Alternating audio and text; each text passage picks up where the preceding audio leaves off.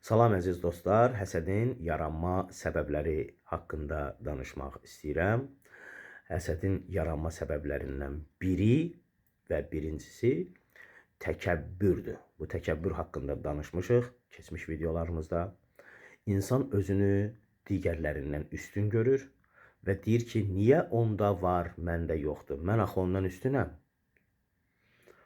Mən axı ondan üstünəm. O məndən aşağı səviyyədədir.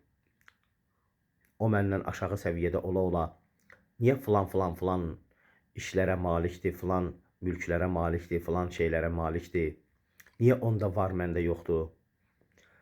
Özünü həmin həsəd etdiyi adamdan üstün hesab eləyir, təkəbbür göstərir, fəzilətli hesab eləyir, ləyaqətli hesab eləyir və nəticədə ona qarşı həsəd aparır. Çox təhlükəli bir xəstəlikdir. Bu xəstəliyin müalicəsi hələ davam eləyir. Biz inşallah növbəti mərhələlərdə müalicəsi haqqında da danışacağıq. Sağ olun.